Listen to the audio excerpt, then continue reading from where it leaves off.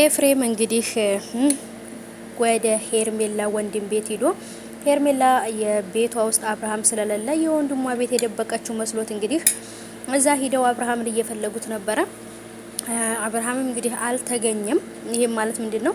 አውቆ የተደበቀ ቢጠሩት አይሰማም እንደሚባለው እንግዲህ አብርሃም ራሱ ፈልጎ እዛ ተደብቆ ነው ወይንስ ደግሞ ሰው ደብቆት? ኦሬዲ እስካሁን ድረስ የታወቀ ነገር ምንም ነገር የለም ማለት ነው ጋይሶችዬና አንዳንድ ጊዜ ነገሮችን በጣም ስታስተቧቸው በጣም ከባዶች ናቸው። ሰላም የኔ ውዶች የኔ ወርቆች እንዴት ናችሁ? ሰላማችሁ ብዝት ይበልልኝ። እንዴት ዋላችሁ?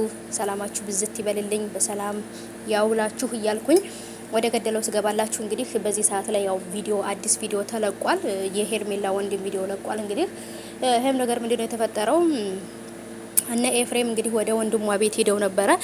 እህትክ አብርሃምን አምጥታ እዚህ ደብቀዋለች በማለት እንግዲህ አብርሃምን እየተፈለገ ነው። አብርሃም ልክ የ3 አመት ህጻን ልጅ ነው የመሰለኝ። አሁን ይሄ ትልቁ አብርሃም የለም፣ ትልቁ አብርሃም ሳይሆን ትንሹ አብርሃም እየተፈለገ ነው የሚመስለኝ። ሉልን የሚፈልጉ እኮ ነው የሚመስሉት እንጂ አብርሃምን አይደለም። ይሄ አብርሃም ኪችን ቤት ይፈልጋል፣ ሽንት ቤት ይፈልጉታል፣ መኝታ ክፍል ይሄ አስረው አግተው አስቀምጠውት በነገራችን ላይ አውቆ የተኛ ሰው ቢጠሩት አይሰማም እንደሚባለው ማለት ነው።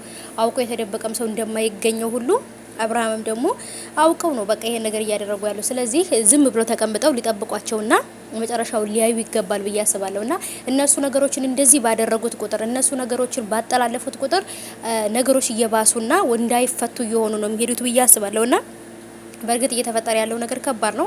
አብርሃምን መንገድ ላይ አግኝተው ነው የወሰዱት። ምን ሊያደርጉት ነው? ምንድነው የሚፈልጉት የሚለው ነገር እንግዲህ ግራ ተጋብተናል። ምክንያቱም ልጁ አሁን ላይ እንደ ከብት ማለት ነው። ሂድ ሲባል ይሄዳል፣ ና ሲባል ይመጣልና ከብት እንኳን ቤቱን አያጠፋም አይደል እንዴ? ከብት እንኳን ቤቱን ያውቃልና ስለዚህ ሱራ አሁን ያለበት ሁኔታ ከባድ ነው። ብዙም ሰው ደግሞ የተለያየ ሀሳብ እየሰጡ ነው። አብርሃም መጀመሪያም ከሩታ ጋር አይኖርም፣ ሲጀመርም ሄርሜላ ጋር የሚሄደው ለማስመሰል ነው የመጣው። ስለዚህ ወደ መጣበት ነው ወደ በፊቱ ሚስቱ የተመለሰው። ስለዚህ ሩታ ጋር አይደለም የሚሆነው። ሩታ አንቺ እንደዚህ ያደረገሽው ልጁ ልትገዩ ነው እንዴ? አንቺ ገፊ ምናምን እያላችኋት ነበረ።